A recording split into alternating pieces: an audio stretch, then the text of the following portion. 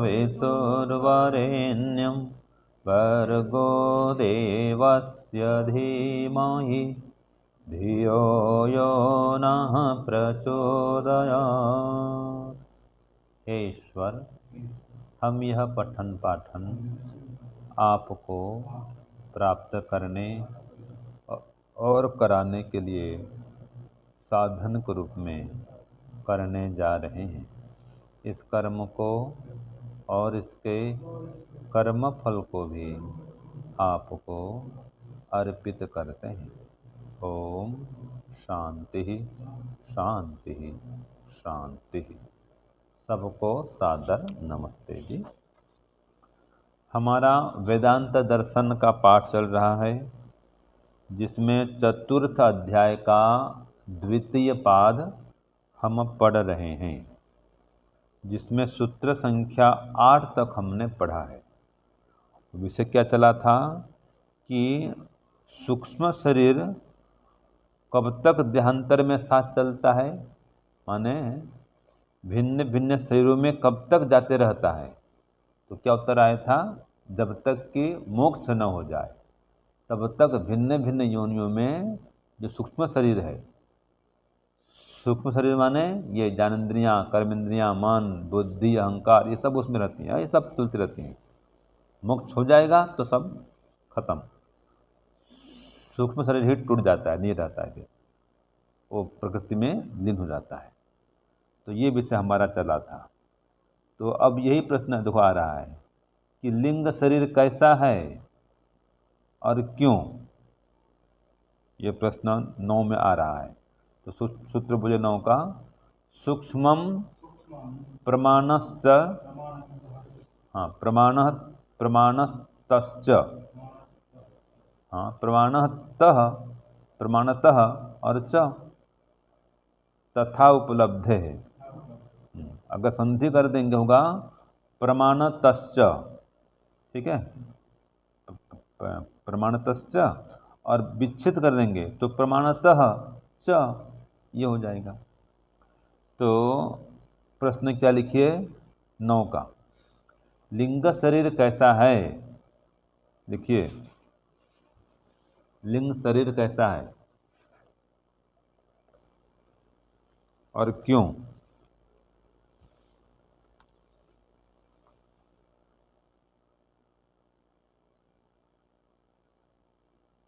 या लिंग शरीर कैसा है, कोई कारण से समझाओ, ये भी लिख सकते हैं, माने क्या हेतु दे रहा है, ये प्रश्न होगा, ठीक है ना जी।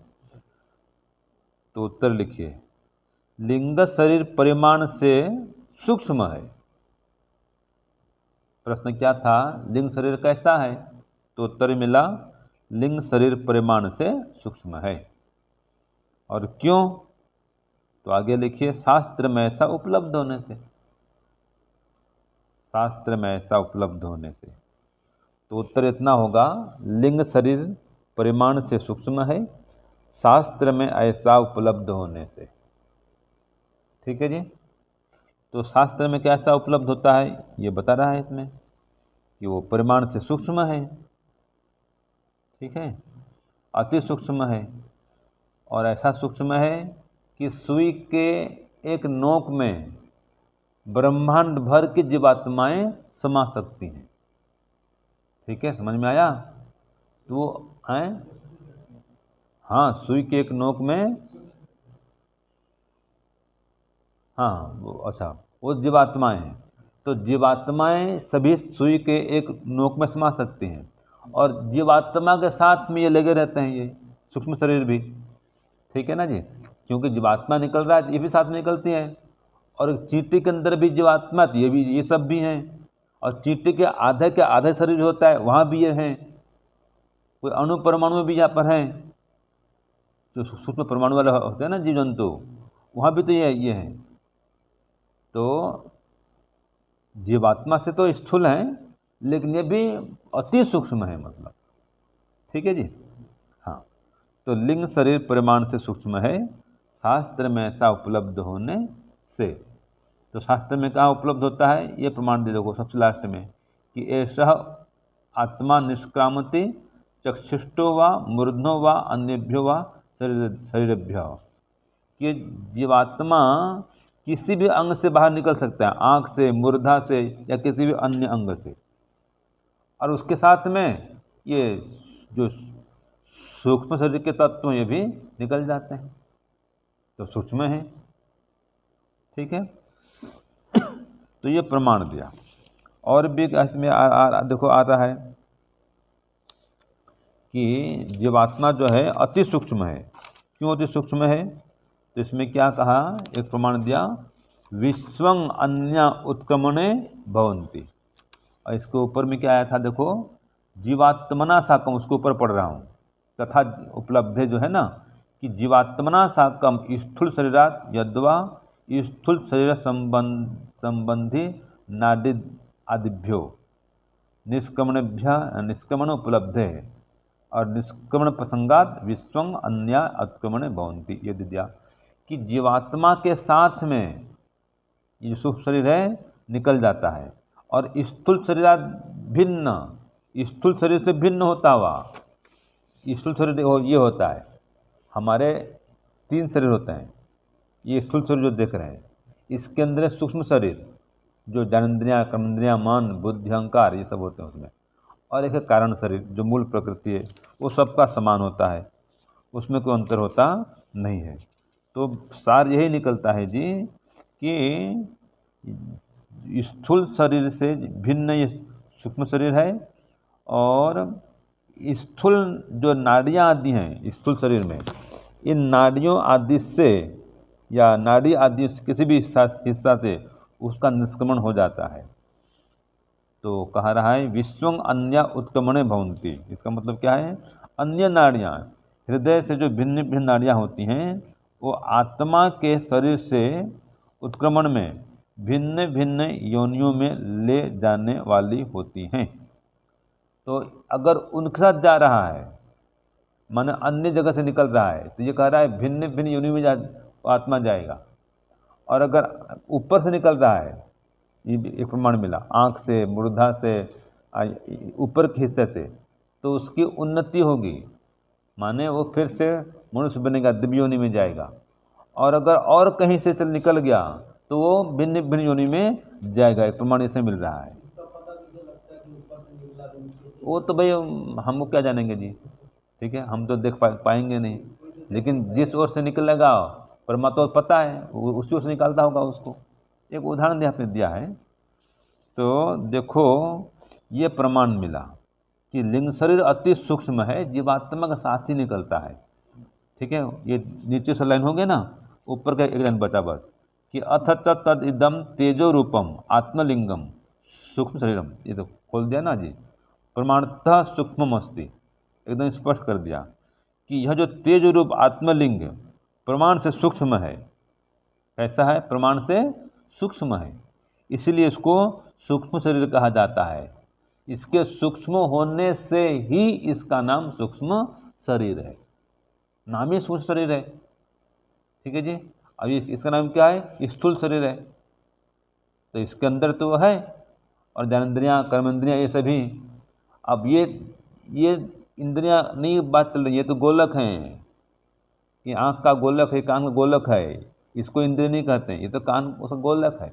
इसके अंदर जो इंद्रिय है, आँख, कान, नासिका आदि वे जाती हैं, ये सोच जाएंगे ये तो कान है, ये तो स्थूल गोलक है, कर्ण इंद्रिय रहने का स्थान है। ये कोई सूक्ष्म शरीर का हिस्सा नहीं है, ये तो गोलक है ये। ठीक है, आँख, कान, ये तो गोलक है ये। तो इस प्रकार से नामिक इसका सूक्ष्म शरीर है, और इसलिए सूक्ष्म होने से जीवात्मा साथ में निकल कर चली जाती है। तो ये भाष्य भी इसका पूरा हो गया। ठीक है, अब 10 चलिए सूत्र बोलिए। न उपमर्देन अतः। सूत्र का प्रश्न लिखिए। उष्मा धर्म किसका है और क्यों? उष्मा धर्म, मूर्धन्य ष लिखिए, उष्मा धर्म किसका है और क्यों?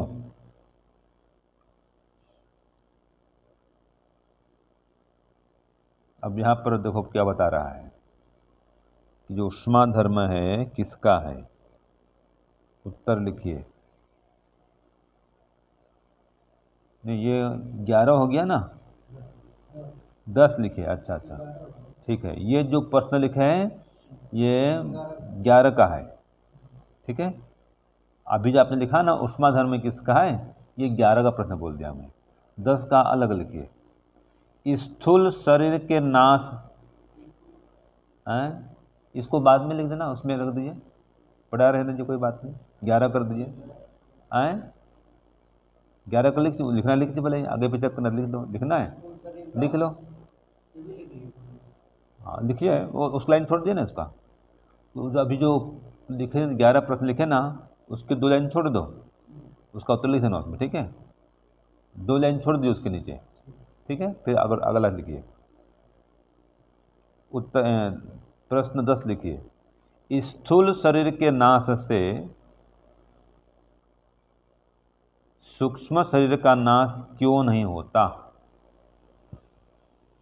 स्थूल शरीर के नाश से या नाश के साथ में, स्थूल शरीर के नाश के साथ में या नाश के साथ साथ सूक्ष्म शरीर का नाश क्यों नहीं होता? समझे प्रश्न? स्थूल शरीर के नाश होने से जो सूक्ष्म शरीर है वो नष्ट क्यों नहीं होता, ये प्रश्न हो रहा है। समझे ना? इसके नाश होने के साथ में जो सूक्ष्म शरीर है वो नष्ट क्यों नहीं होता है, ये अपने ढंग से लिख लीजिए आप।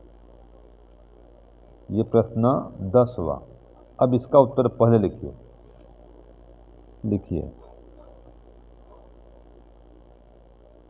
लिंग शरीर परिमाण से सूक्ष्म है। लिंग शरीर परिमाण से सूक्ष्म है, इसीलिए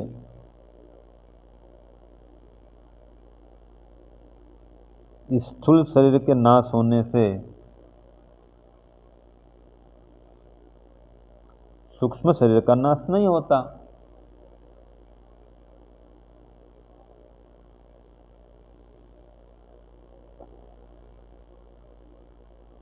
समझ गए ना जी?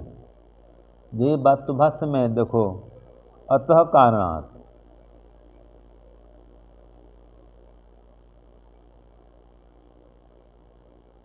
है ना। अतः कारण मात्र है इस कारण से, तो किस कारण से? ऊपर में जो कारण दिया गया क्या कारण से ऊपर में?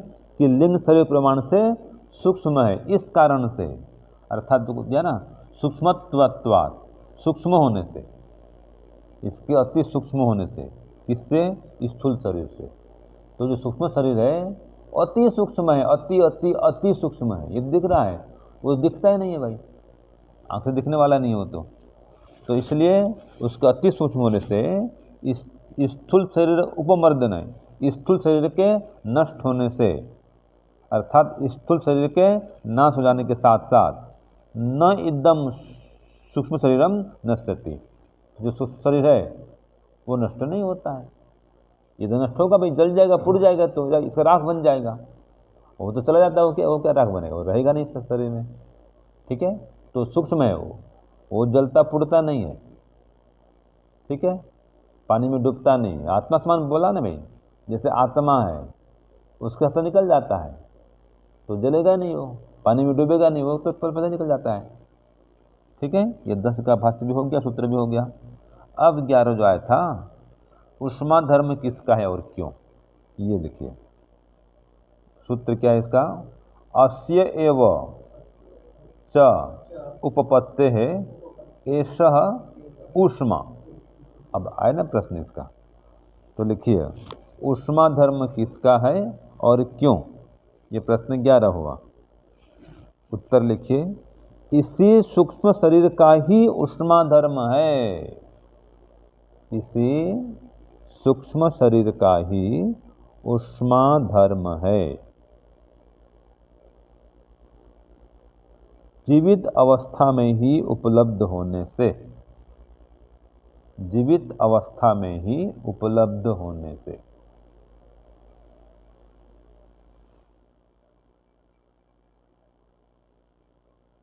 ठीक है। और इसके पहले क्या पढ़े थे सूक्ष्म सूत्र 4 में कि तेजो ही आत्मगुण उष्माख्यो ये शरीरम उष्मायते, कि आत्मा का गुण है उष्मा, माने वो तेज, आत्मा के होने से शरीर में तेज है। तो ये दोनों का ऐसे है जी, वो मनचाह क्रोधनते वाला पढ़े थे ना भाई, आत्मा सूक्ष्म शरीर भी है, उसके तेज से ये तेजवान है। तो यहाँ पर उसका धर्म कह दिया, सूक्ष्म शरीर कह दिया। तो इसका मतलब ऐसा नहीं कि आत्मा का नहीं, आत्मा में भी है वो, ठीक है ना जी। दोनों का ही कथन ऐसा ही है। तो दोनों के साथ साथ रहने से इसको भी ऐसा कह दिया गया है, जैसे कि मनचाह क्रोधनते, ये बात इसमें लागू है, ठीक है। तो भाष्य देखो कह रहा है अथच अस्य आत्मलिंग से, देखो आ गया ना, आत्मा का ये लिंग है, लक्षण है। और फिर कह रहा सूक्ष्म शरीर से उत्पत्ति, जो शरीर सूक्ष्म वहाँ भी सिद्ध होता है ये, तो है तो आत्मा का लक्षण। और कहाँ सिद्ध हो रहा है, यहाँ पर भी सिद्ध हो रहा है, यहाँ भी है वही लक्षण है। तो आत्मा में भी है और यहाँ पर भी है, तो यहाँ भी सिद्ध होने से, माने देखो विद्यमान तत्वात्, विद्यमान होने से उष्मा स्थूल शरीर जीवित अवस्थायाम उपलब्धते, तो स्थूल शरीर में उष्मा मिलती है, सीधी बात है। आत्मा है तो स्थूल शरीर भी है, दोनों साथ में रहेंगे ना भाई, दोनों हैं तो शरीर में उष्मा है, गर्मी है, एक निकलते दूसरा निकल जाता है, तो गर्मी शरीर में नहीं रहती है। तो आत्मा निकलते जो लिंग शरीर वो भी निकल जाता है, दोनों के निकलते शरीर ठंडा पड़ जाता है, ठीक है। तो यदि ही स्थूल शरीर से उष्मा भवे तर्हि देखो आया ना, मृत अवस्थायाम वर्तमाने अपि स्थूल शरीर अन्येषु रूपादि तद्गुणेषु विद्यमानेषु उष्मा अपि उपलभ्यते।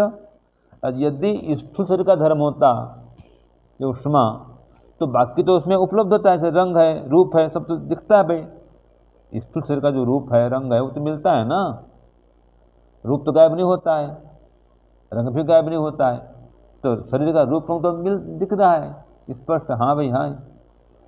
लेकिन उष्मा नहीं है शरीर में, क्यों नहीं है, वो जिसका धर्म था उष्मा वो निकल गया है, ठीक है। तो रूप रंग आकार भार सब पड़ा हुआ है, शरीर से पड़ा है, ये गोलक सब पड़े हैं, लेकिन वो निकल गया, उसके निकल जाने से अब शरीर ठंडा पड़ जाता है, तो इसलिए उष्मा नहीं मिलता है, न उपलभ्यते।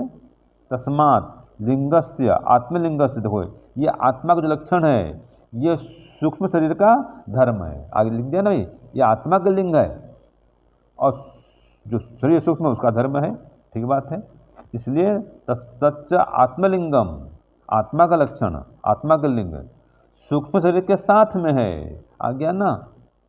और स्थूल शरीरात निर्गच्छति, स्थूल शरीर से वो निकल जाता है, दोनों साथ में निकल जाते हैं, मतलब तो तदेव शक्तः, दोनों साथ साथ निकलते हैं। सहकर्मणेति लिंगम मनु यत्र निषक्तमस्य, तो ये दोनों का साथ साथ निकलना होता है, तो अन्य शरीर में साथ में जाते हैं और साथ में निकलते हैं, क्यों, जिससे कि इसका मन निषक्त झुका हुआ हो। ये एक प्रमाण दे रहा है बृहदारण्यक उपनिषद का, इसमें कहा कि लिंग शरीर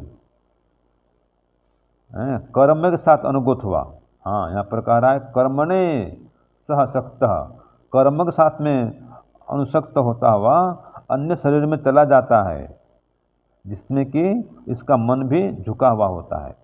तो देखो और शरीर में जाता है ना, लिंग शरीर जाएगा, आत्मा जाएगा, किस कारण से, तो कह रहा है कर्म उसका ऐसा होता है और मन भी ऐसा होता है, मन में भी ऐसी भावना होती है, मैंने संकल्प या संस्कार, जिस प्रकार के संस्कार होते हैं, ठीक है, वही तो मन में है। तो जैसा आप मन में सोचते रहेंगे वैसा ही बनेंगे, समझ लो। और साथ में कर्म ऐसा होना चाहिए।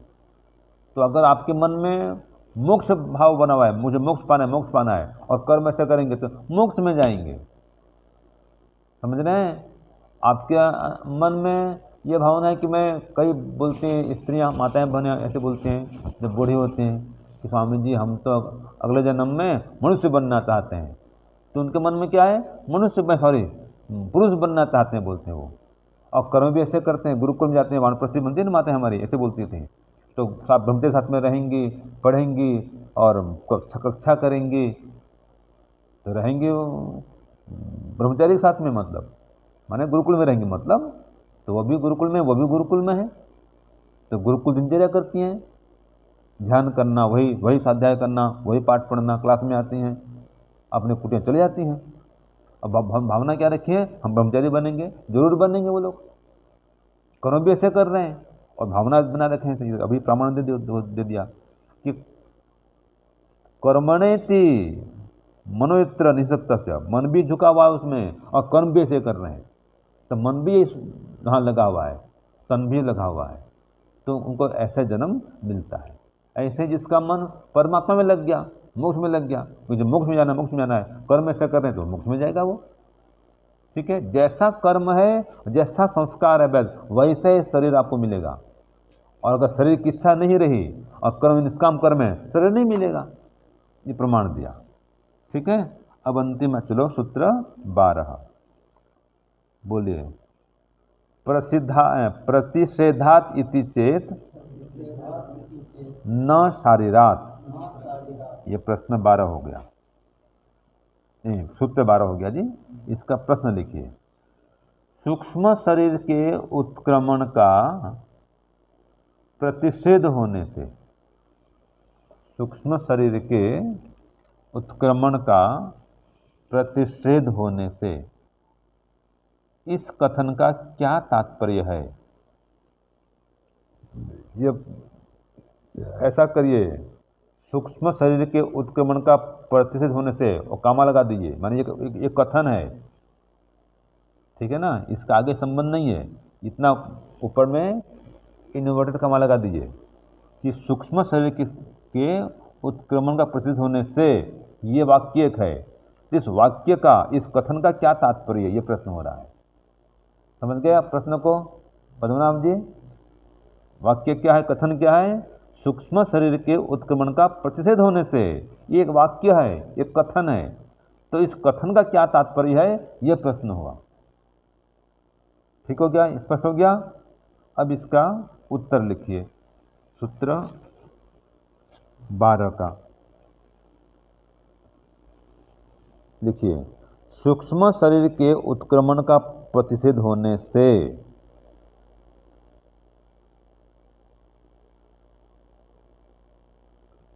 इसका ऐसा तात्पर्य नहीं है कि, फिर बोल दूं, सूक्ष्म शरीर के उत्क्रमण का प्रतिषेध होने से इसका ऐसा तात्पर्य नहीं है कि उत्क्रमण नहीं करते।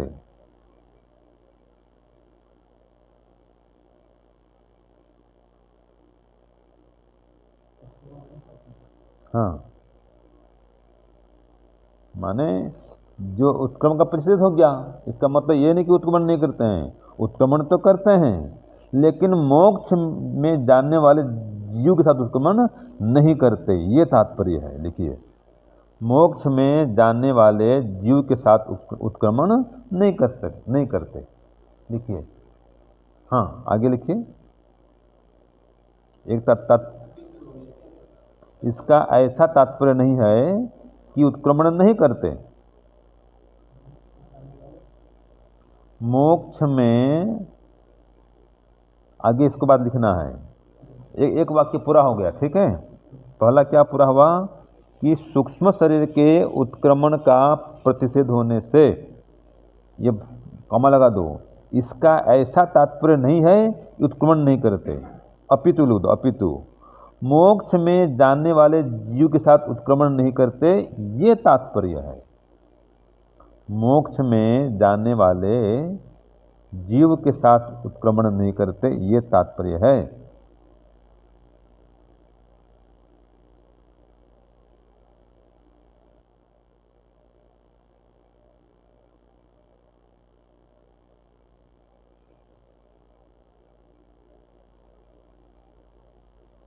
बाकी शरीर से तो उत्क्रमण करते हैं। आगे लिखिए, या शेष शरीर से तो उत्क्रमण करते हैं।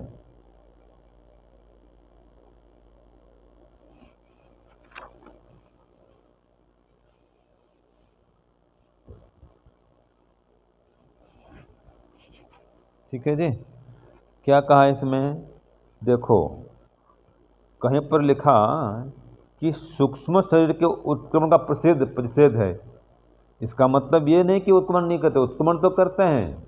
तो फिर कौन उत्क्रमण नहीं करता है, कि जो मोक्ष में जाएगा उसके साथ ये मोक्ष में जाते नहीं है, ये तात्पर्य है। जो सूक्ष्म शरीर है ये मोक्ष में नहीं जाता है, तो जीव के साथ में उत्क्रमण नहीं करते, वो तो टूट फूट जाएंगे। वो शरीर से छूटते ही आत्मा जाएगा मोक्ष में, और ये जाएंगे कहाँ, प्रकृति में।